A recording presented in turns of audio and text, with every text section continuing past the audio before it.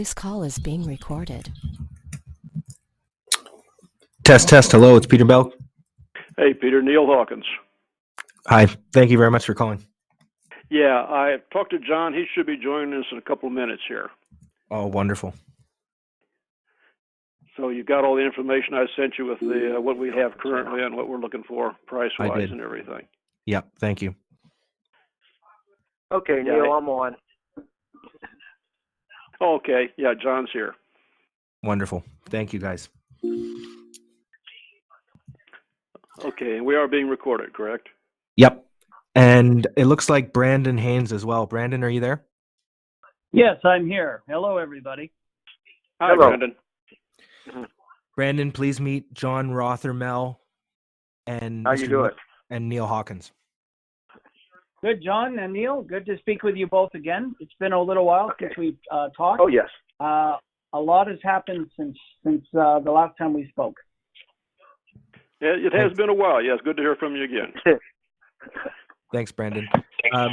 Guys, I've sprung this on you, inviting Branden onto the call because he's had some success raising money as a private junior mining company this year and is on the path to having a new public company and lots of deal flow and stuff going around back and forth.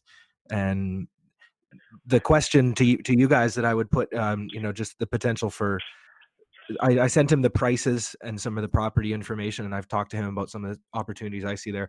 But, the question is those prices share, the valuations, right? And the deals with public companies. Is that you guys are open to doing share-based transactions?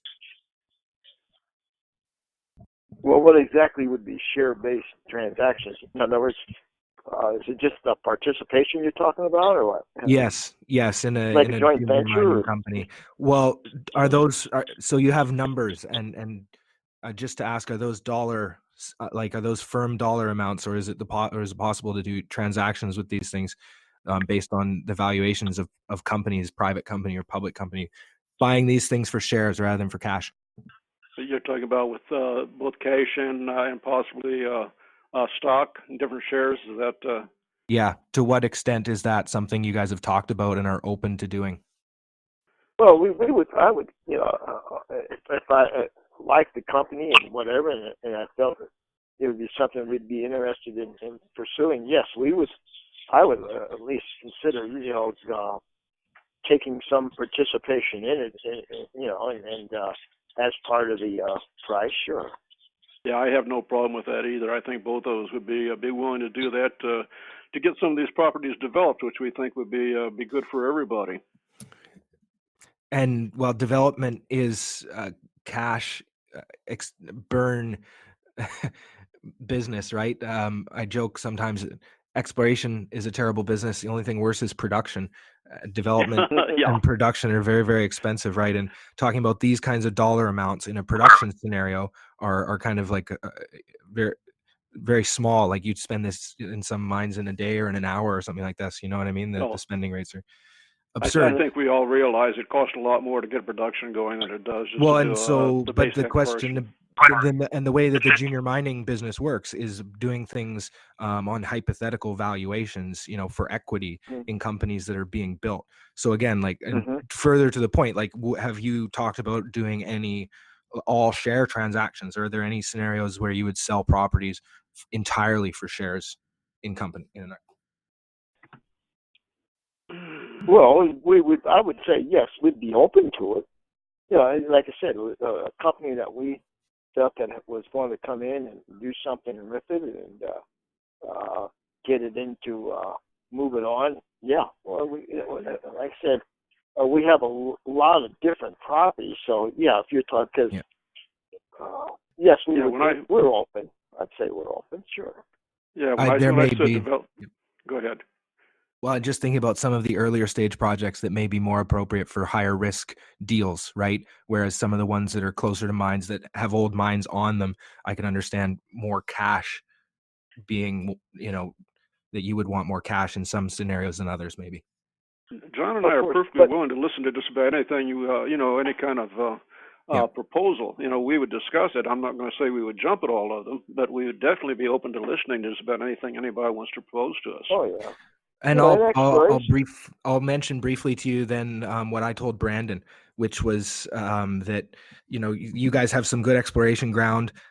His company already has another and a third lead on some pretty hot stuff across Canada. He seems exploration assets he seems to have in spades out of the gate here. But the thing that I've pointed him to in your properties list is something like the Cumberland Mine, the Pine Flat project there with the non-compliant tonnage number that it has included in the description. And I was telling Branden a property like that, if you can buy that, as a new junior, it could potentially look really good on your balance sheet in addition to these other exploration things that you have. And those things can be hard to find, patented claims, right, with kind of known clear views of non-compliant resources. So that's, if I could offer that up for discussion, Branden. We have a couple, actually 2 or 3 more. Cumberland, and it's definitely one of them. I would point out the Pinafore was pretty far along as far as exploration development, and also the Troy properties are pretty well advanced. Well, Branden, by advanced, it means they've had drilling done. Yes. And a lot of geophysics. A lot of work done. Some of them were subjects of a master's thesis, and drilling. So yes, there's been a lot of money. So they're basically beyond the primary, the first step of exploration. They're basically, for example, the Pine Flat needs a deep hole just to verify the master's thesis, Dave Spatz's theory that it's just the upper levels of a large porphyry. It would take one hole to prove or disprove that. And the same thing with the others. So basically, there's been a lot, years of work, geophysics, geochemistry, drilling. And then the fact is that, like Pine Flats, so what we're even contemplating putting that up, some of that Pine Flat land is worth between $5,000 and $10,000 an acre. If you're looking at $1 million project, what you got there, a lot of that's recoupable just in the real estate. But with that residential location, it's not prohibitive to development. Well, basically, what I have done with Pine Flats is, and again, Arizona's really a difficult state. I get Canadians all the time that come out here, and the first thing they say is, "Oh, I didn't know that it was so rugged and steep and rough up here." It is, and Dave Spatz, I think he was a good guy, and some of the other ones, David Lowell was up there, the most famous mine finder in the world. The way that thing's running is opposite of what they figured it was. It's going, in fact, the creek called Pine Flats has got the disseminated chalcopyrite exposed in cuts that I have put in. And that's away from the residential property. There is some residential property, but it's not what I call like Prescott, where it's a 50 to 100,000 an acre. Pine Flats is fairly reasonable because it's 8 or 9 miles from a small town. Arizona. Mm-hmm. But it's amazing. Water. It's amazing to think about Tim Marsh and his deep hole at Perseverance there, just off the highway at Kingman. I've driven over that highway. I never would have thought that someone like him would be doing something like that there. Oh yeah, the Perseverance. Yeah, he's taking a shot on it. Yeah, it's a deep one. But what we're talking about deep is not the type of hole he's talking about. They're down over 1,000 meters at Perseverance there, and they're talking, and they stopped the hole and they started up again. And so that's not the kind of stuff that Branden's talking about doing either at this point in time. Things can change quickly, but again, the stuff which has old mines and maybe just the clearer view of ounces or pounds of copper on the books, right? And to have something that looks like a porphyry deposit, like anything like that, where he could potentially put that into a new public company, right? It potentially gives it a bit more mass. Because I'm working up there. I'm redoing. I'm just waiting for the rains to stop. So I'm going up and basically cleaning out some flat spots and redoing the roads and putting drainage systems in there. So really, as far as the expense goes, that property connects right to a county road. Water level is 90 foot deep. Yeah. So a county road. So it's a pretty rough county road, I would think, though, too. Yeah, for Arizona, it's one of the few that a car can make it. Okay. Yeah, it's maintained by it because it's residential, and the county Yavapai County blades that because of there's approximately I'd say 150 people living out in that general vicinity,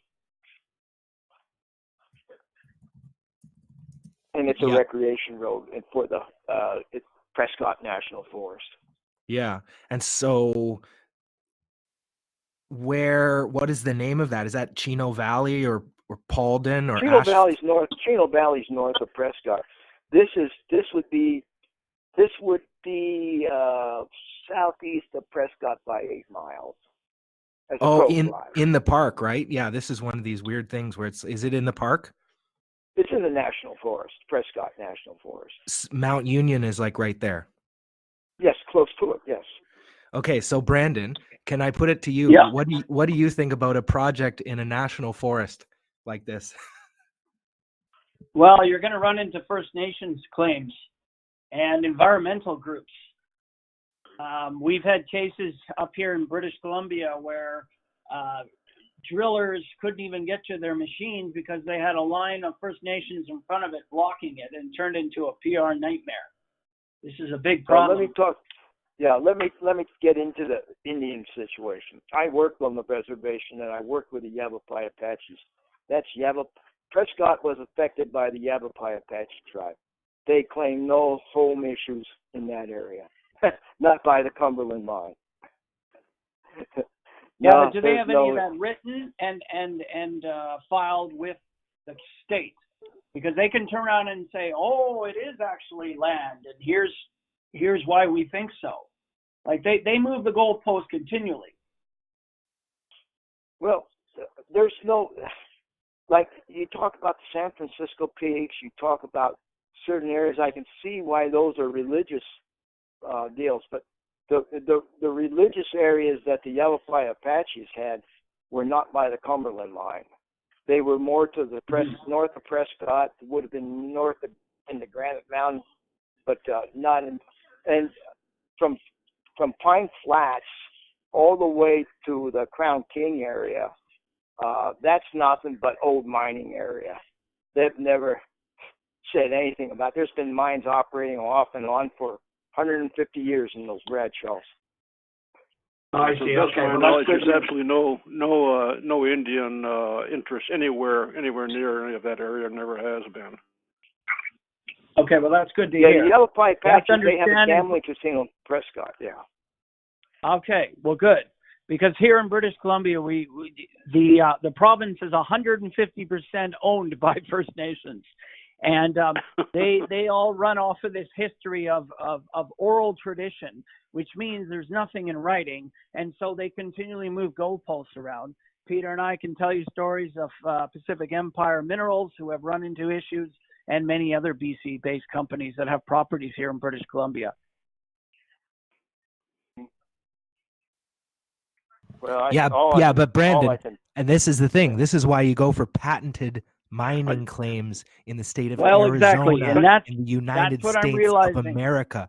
British Columbia. Thank you, Peter. That's just what I was going to point out. We have private land. This is not government land that they can lay claim to, and this is not something they can interfere with. You know what, guys, and I apologize. That's what I realized halfway through my monologue, that wait a minute, these are patented claims of the United States. Yeah. But Yeah. the question remains, But what though, I'm saying how is, can you have a project in the middle of a forest, a national forest? Like that, is it possible? Like, again, you guys, because it is a valid question. It's a national forest. well, How, if you would, I can guarantee, if you get a public input on a project starting up in the Pine Flats, you're not going to get anything from the Yavapai Apaches. Now, years ago, back in the 1870s, they used to raided some of the miner settlements south of Crown King. As far as historically, that's the only thing I know about the Yavapai Apaches. the United Nations might have something to say about it. The World Economic, the WEF, some globalist environmentalist foundation could take an interest, right, Well, against it. our projects are not like the resolution. It's not a huge project which is eating up thousands of acres of government type land where you're going to get a lot of interest in and a lot of complaints. I don't think ours would be any near that size of scope to really draw any interest. Yeah. But they want to be big enough to be economically interesting, though. If they're not interested enough to make people upset. I have never, and working with the Forest Service and knowing the Prescott National Forest and the National Forest, I have never, in all the time that I've been here, ever seen an Indian basically in the Bradshaw Mountains. They just don't come in there. And to be honest with you, the peckerheads couldn't last 40 seconds in that country. They'd get lost. It's rough. I feel like I'm on country. the phone with Clint Eastwood. And Indians are not like Hollywood portrays them. No, Well, they might have been years and years ago when they were tough and lived on the land. But yeah, you're right. Nobody's as tough as they used to be. But the bureaucrats are your biggest resistance too. And well, is it? Well, that's the problem. They're stopping the paper. The biggest problem that you're going to ever get if you're talking about mining is coming from environmental organizations. Yes, exactly. They may, right. Prescott itself is not a friendly mining community. Mayor, nope. I can guarantee you, Mayor likes mines. Prescott Valley, Chino Valley, they got a real problem because Prescott wants Chino Valley's water. So the only area that I know close to Prescott is Pine Flats. It's not the most perfect situation, but it's a hell of a lot better than anything else. And Freeport, they have copper. They have that copper basin area that's out of Prescott, but they'll never develop. That's too close to Prescott. Prescott is never going to allow a mine that close. Bradshaw City? Is it close to Bradshaw City or Crown King? Bradshaw City is by Crown King. Yeah, is that close to the Pine Flats? To the north, you're looking at maybe 12 miles. That those projects are 4 miles north of the Pine Flats. Well, we have Cumberland's on the north part of the Bradshaws. The Crown King's on the southern flanks of the Bradshaws. Yep. So we have that area. We have the Tuscumbia mine. We got the Tiger, the Gray Eagle. Yeah. Basically, most of the major ones from Pine Flats south. I'm looking on Google Earth and I see some old adits in exposures. It's pretty. It looks pretty prolific. That's a windy road. Oh yeah, that's the old center. The main road from Prescott to Crown King is the Senator Highway. Yeah. I think I can see it goes straight for about 1 mile out of 10. Right.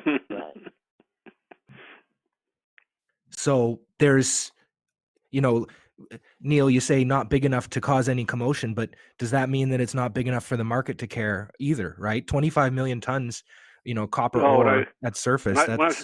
When I speak about big, I'm talking about something the size of the resolution, which draws national attention. Well, yeah. That's where you get the big environmental groups, and you get the Indians, you get anybody else coming out of the woodwork. We're not I'm sure you heard about the problems they're having. We're not talking about anything that scope with eating up that much public land is the thing about it. But it's in a forest. I'm sorry, what was that, Peter? It's in a forest nonetheless, and is that Oh, yes. is it like a national forest? Is that Oh, yeah. permittable for production? And it's permittable. But what I always say, when I worked Permittable, for it's patented ground, right? I worked with the Forest Service. Forest Service guys, the first thing I tell them, don't come out here and act like we're intruding on your national forest. The U.S. Forest Service came about in 1905. These claims were patented before Barney Bruin even owned any land, as far as a national forest. So if anybody's the Johnny come lately, it's you guys. We were here first. So you're intruding on us. It's not the other way around. No, I appreciate it. I appreciate the education. That is a good perspective, gentlemen. And I know the public lands because I worked in what was called the Mining and Recreation Division. I used to sit in there when they would be talking about permitting, getting initial permits, doing the environmental impact statements, and doing amendments to the statements. And I know exactly what the laws, what the rules are, and I do know that, and I work closely with the public lands. There's a public lands association that helps small miners. Yeah. And one of the cases that they had was on my ranger district, which was a case saying that basically a mining, and this is on mining claims, unpatented, that you have specific rights as far as access to that property. I'm talking about unpatented. I can give you the case numbers and everything else, but it was done because of a guy had some mill sites on the Tonto National Forest. Yep. And it went to the Ninth Circuit, and they won that in the liberal Ninth Circuit. Which is hard to do. When was that? Was that in the 2000s? Like since? Oh, yes. Oh, yeah. We're talking about within the last 15 years. Yeah, wonderful. And no overturn, no any challenges or anything that you know of? No. No challenges even? You're not a guest. When you have in other words, Amazing. They said basically those are real, even an unpatented claim has real property rights. Yep. And that's a big decision. Yep. Yeah, and in Canada, Branden, I don't know, I don't know that much about the different legal systems really. I'm not, but if you've ever seen title in Canada, it's kind of, there's some different language about the Queen than you might see in any of these legal agreements concerning property in the United States. The language is fundamentally different, and these patented claims again. So to have, and this is the thing that I've been pointing to Branden is look, these patented claims can be really valuable. One of the key things I see in them is permittability, like timeline. They're quicker to get them into production. Right.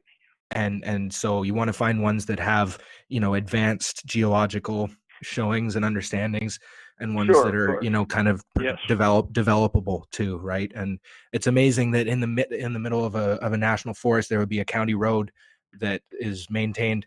And it's just so fortuitous. And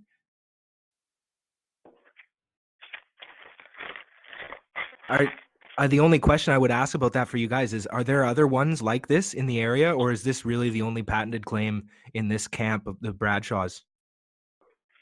Well, the Bradshaws at one time had quite a bit of mine. I had probably 150 different small mines. And at one time, but there was a lot of patents done because basically all you had to do was basically do $500 of work and pay for a mineral survey, and to get a patent. And so a lot of the claims, or you had to do if you didn't want a patent, you'd have to do $100 worth of assessment. Well, if you're going to be there any length of time, I talked to a lot of old timers and said, my great grandfather, he patented mines because it got to the point where it was cheaper to patent them than pay the assessment works on them. Okay, so there's a bunch of them out there then. Oh yeah, there's more. Oh yeah. And in the exploration business, you talk about exploration. as an exploration geologist, I would say you get 300 geologists, exploration geologists in a room. You ask them to raise their hand. What did they ever find? Did they find a mine that went into production? I doubt whether not a hand will get raised. It's a business. A lot of them go all their lives. They never find the producing mine. Well, it's amazing that Branden and his company, he's got a guy who's already found something, a young guy, something in Quebec, and Branden's given him free reign to go and find more stuff too, So that's what our geologist Thomas Clark discovered a deposit to the south of our claims in Quebec, and that deposit has a mill. They're going to be processing much of the work from Osisko to the north. They also have a potential working mine in the next year to two. So Tom feels that our area in Quebec that we're at shows similar potential as Bonterra. Basically, that's what I'm saying. So his mantra is, I only do showings. Yeah, he said that to me. He said, I only stake showings at road sites. He said, Branden, I only stake showings and only if there's a road nearby. I was blown away. Yeah, he's very big on the roads. It reminded me of you, John. It reminded me of something you would say, John. Let me. I don't want to, and it's also true that when you get a geologist, the one that does discover the one, usually he's discovered several. So it's you get one that does most of the ore finding. The rest basically work for juniors and just keep moving on and finish their careers without really being finding, or they just join into an operating. But in the Bradshaws, I got to be perfectly upfront with you. It's very rough country. The roads, not so much on the Pine Flats, but in other parts of the Bradshaws, are really bad. They're difficult. It's steep terrain, but that's the only reason they have mines. They have ore deposits still available. It's because they've been bypassed. Because the easy stuff is gone. You can't drive up to an ore deposit in Arizona and stake your claim on it and have it assay worth a damn. It just doesn't exist.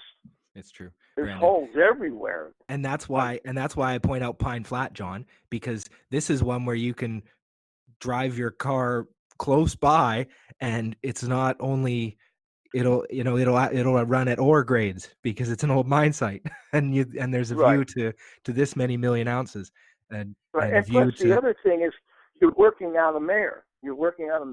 Mayer's an old community town. Yeah. It has smokestacks from its mining days and everything else. It's surrounded by mines. Most of the people live on past mining claims. It's different than Prescott, where you got basically you got all these liberals that destroyed their big cities and they're moving into Prescott and retiring and they're bringing their garbage views with them. No, I see Mayer here in the foothills of the mountain, the road stretching out to it and back up into the hills.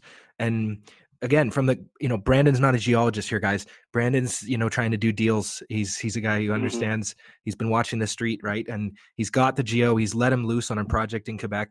We've got more there. We've got other stuff in Canada.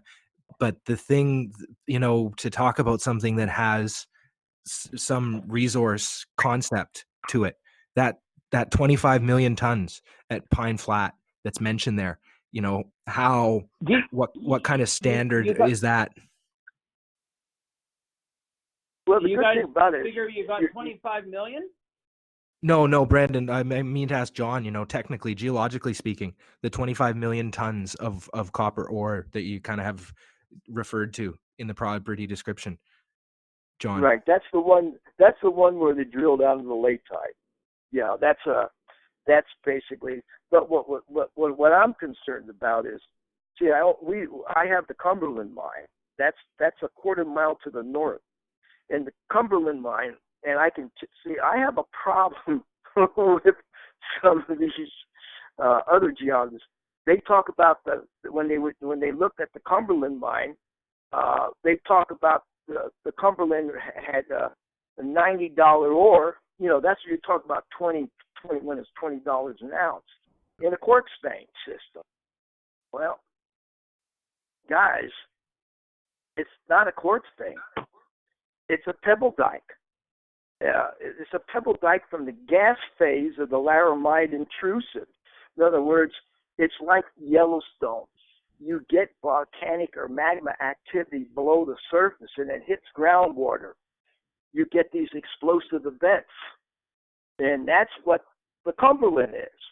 So and I was following those dikes. Those dikes run towards the Cumberland, down towards through Pine Flats. On Pine Flats, I have exposure of the porphyry rock that they want to drill at depth. But it's not a quartz vein. It's it's like porphyry copper deposits. You look for those breccia pipes that feed off of the systems, and they're the key. Like Dr. Marsh, you're talking about, I told him what happened. He says, "You got a free hole there." Yeah. And then back in the 1880s, when that mine was operating, one of the last things, and it operated from 1880s to like into 1920s, but the last article written on that said that they found, and it's in Spatz's report, he finally found a clipping, but he got the geology wrong about the area to the north. But he mentioned the fact that low-grade porphyry was found in the Cumberland. Cumberland went down 300 foot deep. So that breccia, we know that pebble dike feeds into a copper porphyry. Yeah. But that's not even 56, his real target. And that's the 56 acres of patented ground that you have Correct. at the Cumberland Right. Group. And is Right. that where you have the 25 million tons concept, or is the 25 million tons on the mineral area claim? to the concept? Yeah, there's a map done by Standard Oil, Superior Oil, when they were drilling that. But that's to the south. That's to the south of us.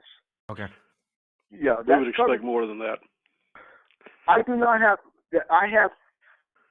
I have half of that stake, but I staked heavily along Pine Flat because the area. The reason I want my theory to be looked at carefully because it takes us out more completely away from the existing buildings that are up there already. So Yep. that makes it nice that we can find the copper, but also get away from the belt section of Pine Flats. Yep. Yeah, I don't know if Branden knows too much about how John and I have worked, but maybe I don't know how much he knows about us, but I should explain a couple of things. John and I have been in business together for well over 25 years now, and John's been looking at properties in Arizona for much longer than that. There's just the two of us. We are the company, and we don't run any debt. We're self-funded, so we're very, very selective on what we hold.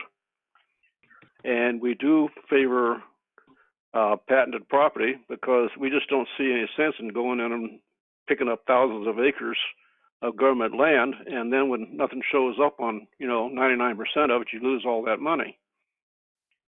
So like I said, we're very selective of what we have. We've evaluated.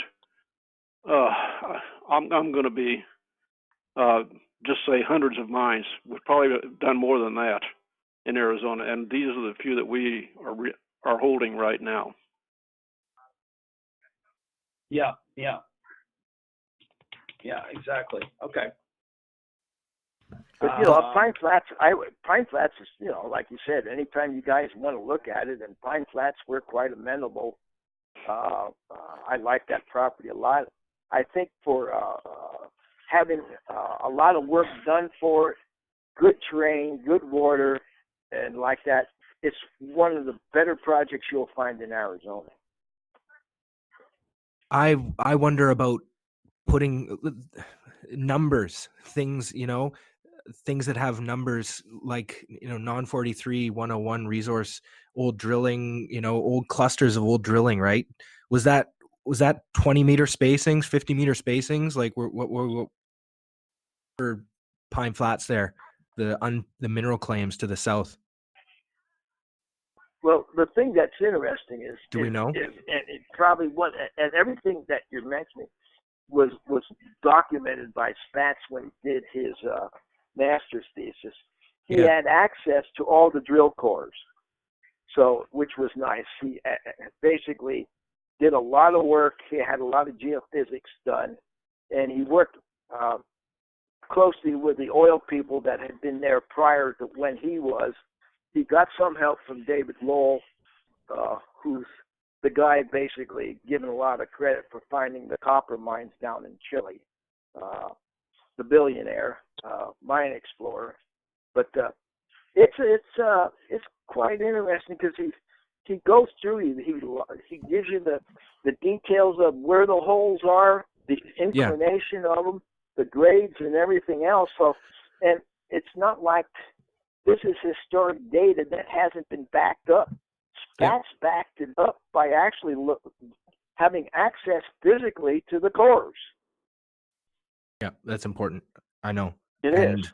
And very important.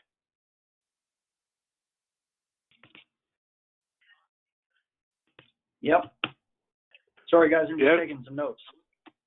Okay. Do you have any questions about any other projects that we might answer? And can you tell me if you'd like any information that you're kind of looking for that we might be able to furnish on anything? Well, basically where I'm at in my process is we have a qualified property of merit which satisfies the requirements to list on the Toronto Stock Exchange. We have to have 200 minimal investors, which we will be able to get. And we have to have demonstrated working capital in the bank accounts of $200,000 minimally. Mm-hmm. Now, obviously, that doesn't go very far in mining. So what we plan to do is a small valuation raise of $500,000 at 10 cents, get us listed at a qualifying transaction of 10 cents.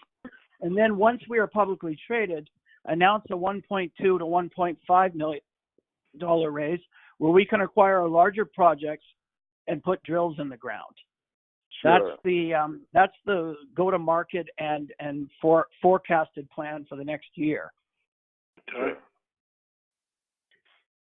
So, basically, your copper project is pretty good. The copper price, is holding at around $2.50.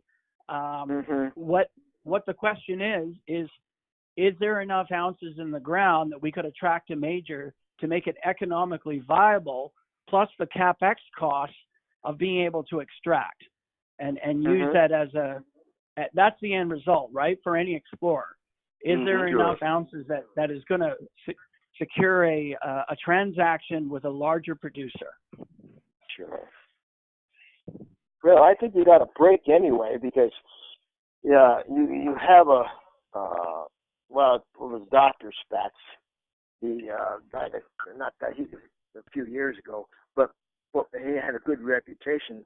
But the thing that I liked about it is he did the mapping and whatever, and he basically was saying that they should put and he mentioned the area pretty well in his report about where he felt that a hole should be put in. I think what I would recommend too is, and the Cumberland basically, I'm going to be putting in a drill site on the Cumberland anyway, leveling out an area out there, and fixing the roads up there so any kind of pickup truck or whatever can go from the county road, get up to the Cumberland. But I would think that I might consider quite a bit getting a hole, and you don't have to go too deep compared to historic records. Drill the Cumberland. The Cumberland, those breccia pipes, when they're bringing up gold like that, and the gold's coming up in those lithic fragments, which are exotics that are down in the main body that are being blown up by the heated steam. There's gold in them. It was a 3 million gold operation at one time, and if you got a potential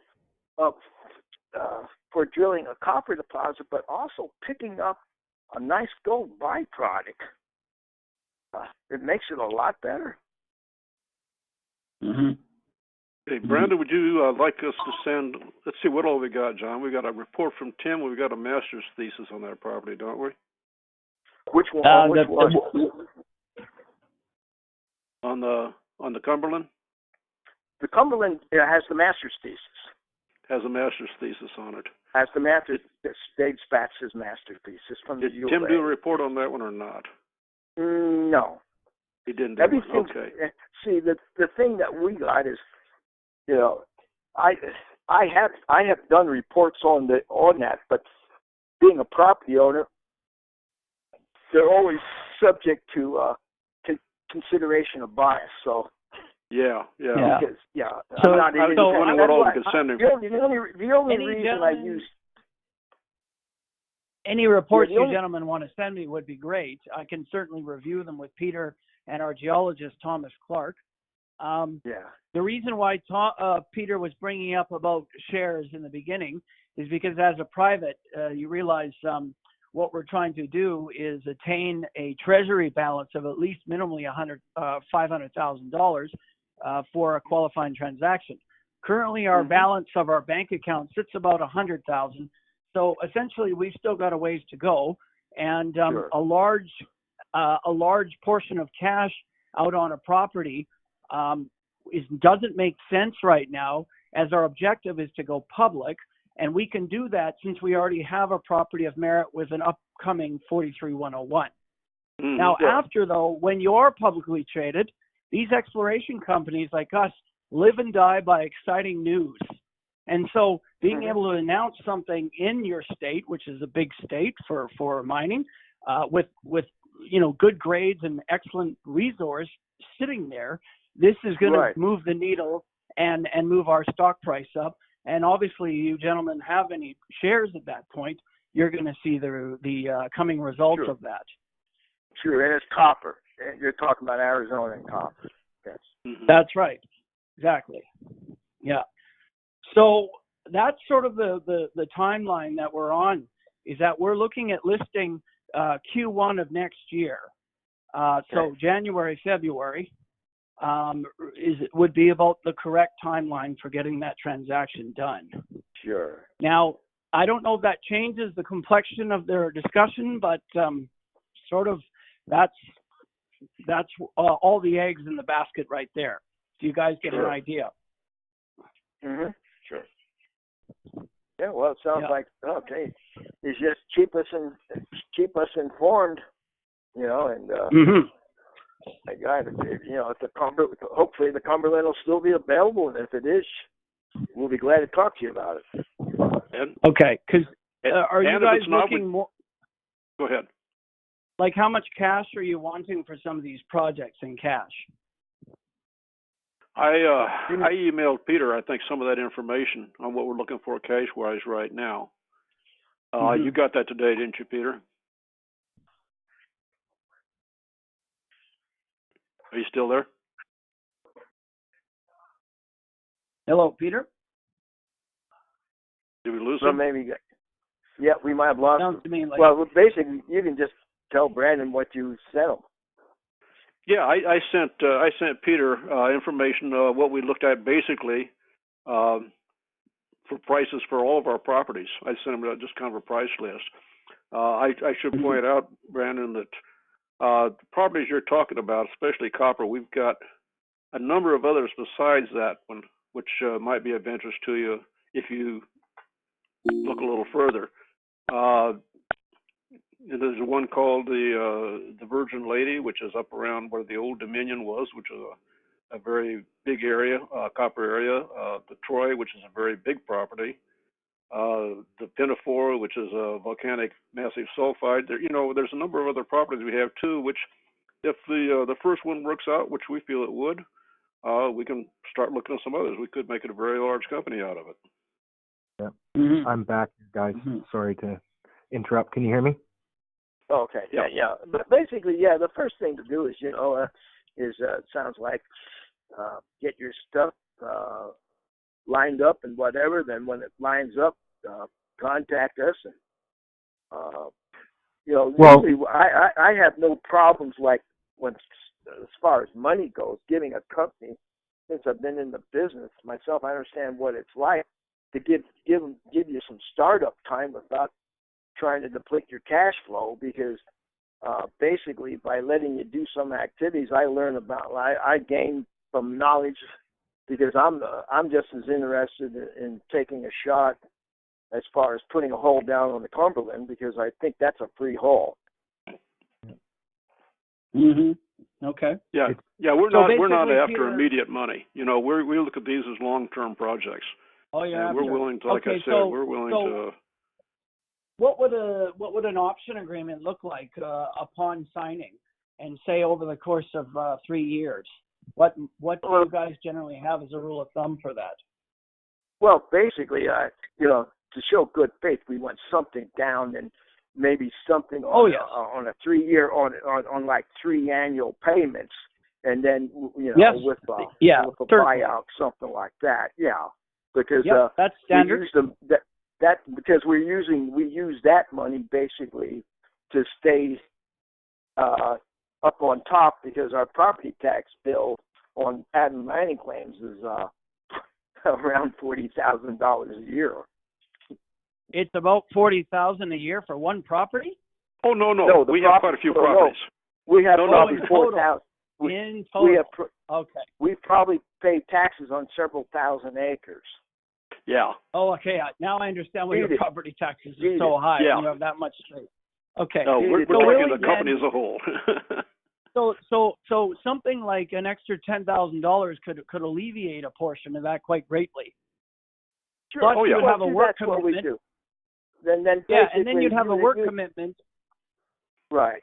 And you'd have a commitment on the property, because I can't guarantee what's going to happen. I mean, I'm at this point now where I'm working on opening up some of the Bradshaw properties to the south.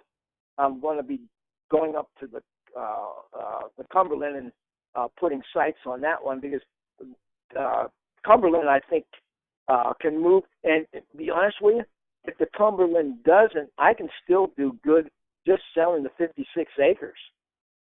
Mm-hmm. Because some guy that maybe want to build cabins would look upon that, because that's the last big piece left. Outside Prescott. See, that was the one that held most of the mining potential, and that's why it didn't get moved off already. So, guys, I just to clarify, can I just, Neal, before you'd said that all of your grounds are kind of anchored by old mines, just to clarify, is that correct? That's correct. I can't think of anything. Historic mines. I can't think of anything where we have just government claims. We don't. We anchor it with. This is kind of our philosophy. You get the private land, and we will pick up government claims to protect it around it. But all of the private land that you have covers old mines? Is that roughly true? They're historic mines, yes. Yes. They're historic mines, yes. Because okay, Branden, do you hear that? That's a pretty important thing to keep in mind too, right? Right, and another thing you have to understand, what we do is basically, if, for example, I know most of the mines. I've been in them. I know where they are. I can tell you the history of them, especially in certain counties like Yavapai. I know the area backwards. And my brother was the geologist for the State Land Department. They own 12 billion acres. So basically what we were doing is through the years going out and visiting properties. And when they were good, we would acquire them. And a lot of the times, markets up and down. We used to, when metals would go into the tank, that's when I would buy, because I kept cash money around to pick those things up. Well, how many of them, John, have modern drilling work, right? And any view to a resource, right? Because the thing I want to prioritize, like, they're all old mine sites, great. Which ones have modern drilling at any kind of a reasonable density, sub 50 meters, like 20 meters? Well, I could probably tell you right now 6 that I know that probably have drilling done. Yeah, that we have right now. Those are the ones that I would like to kind of prioritize for Branden to look at, Neal. Right, and sure, a lot of those those are a lot of those are the bigger ones. They're the copper ones. They're the massive sulfides. I know. I figured they would be, but Branden's got some exploration zingers in the company already, and he doesn't really have the ability to spend in U.S. dollars quite the same as he does as to spend in Quebec. But if we could put something that has some historical drilling on it, then the analysts can do their geostatistical modeling of the drill density and the ore intercepts and come to a rough estimate, right, of what a 43-101 resource would be. Well, I have a lot of the ones that, a lot of these that I'm talking about, that I have reports on them, where they were contemplating taking the property further, and they were reports saying what needed to be done to complete feasibility. A geologist always wants to tell you what needs to be done next. That's the way it is. It's always the way it is. And this is it. If there's already been some successful drilling, putting something like that into Branden's company is something that it may not have already. And if there was just one project to pick, that would be the one I would say to him to please look at first. And then also, the idea of floating the whole silver nickel into a public company, I've mentioned that to him. I've mentioned that to other people too who have bigger bankrolls, and are already public and successful. It sounds like people are pretty busy right now with deal flow. There's a lot of stuff going on.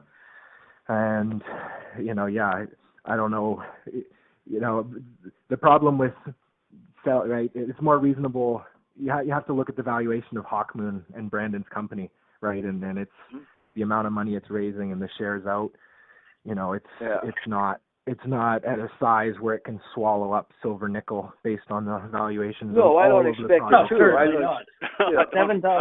I think it'd be better off for both of us to, like I said, for you guys to cherry pick one that fits in with your project, run with that, and later on, then we can always come back and say, hey, what else do you got that we might be interested in? Fine, right, and take it from there. Thanks, John. Agreed. Yeah, there's always a possibility of an increased future cooperation, depending on how things work out with the company. But we don't deal flow, right? It keep coming back, and that's the thing that Branden, he's already had success with some guys in Quebec, and so he's already doing that himself with these guys in Quebec. So you'll be happy to know he's making good decisions. First time CEO. It's his first time in the CEO role too, Branden. You're doing great, man. Good work. Thank you very much. Yeah, I appreciate the compliment. Branden, do you have a name for your company yet? What's that? Do you have a name for your company? Oh, yes. I'll give you the website. It's called would you please? It's called Hawkmoon Resources. So look up www.hawkmoonresources. Now, the name comes from my dad's company, Nighthawk Electric, and our boat, the Moon Tide, our sailboat. So that's where I got the name. Well, I like anything with hawk in it, so. There you go. So Hawkmoon, yeah. It also has a bit of a First Nation sound, and I've been told that it's a reference to a hunter's moon where a hawk can hunt at night for prey. Okay. Yeah. Already, there's Peter here. Branden's been working in Quebec, and there's Chief Happy Jack, was it? Or Chief Lucky? That's the one. Chief Marcel Happy Jack. Guys, welcome to Quebec. It's a world away from where you are down in Arizona. I know it is. I've been there a few times. As I said before, Branden, and anything you need, anything you want more information on, you can contact us directly, or you can contact us through Peter. Either way, and we'll try and fulfill any information you need. I'll give you my email, and you can send over some information for me on the projects again, because that way I can get them by our geologist, Thomas Clark. So my email is my first name. So it's BRANDEN. BRANDEN. Yep. No, DEN. Oh, Branden. Den. D-E-N. okay. Oh, I'm a So, little hard of just hearing, repeat Brandon. that I back. should have told you that. Can you give that to me phonetically? Yes. I'll send you an email with Branden. it, Neal. I'll send you an email with it. Branden. Yeah. Okay. Okay, I got it. Thank you. Yeah. And And then it's at hawkmoonresources.com.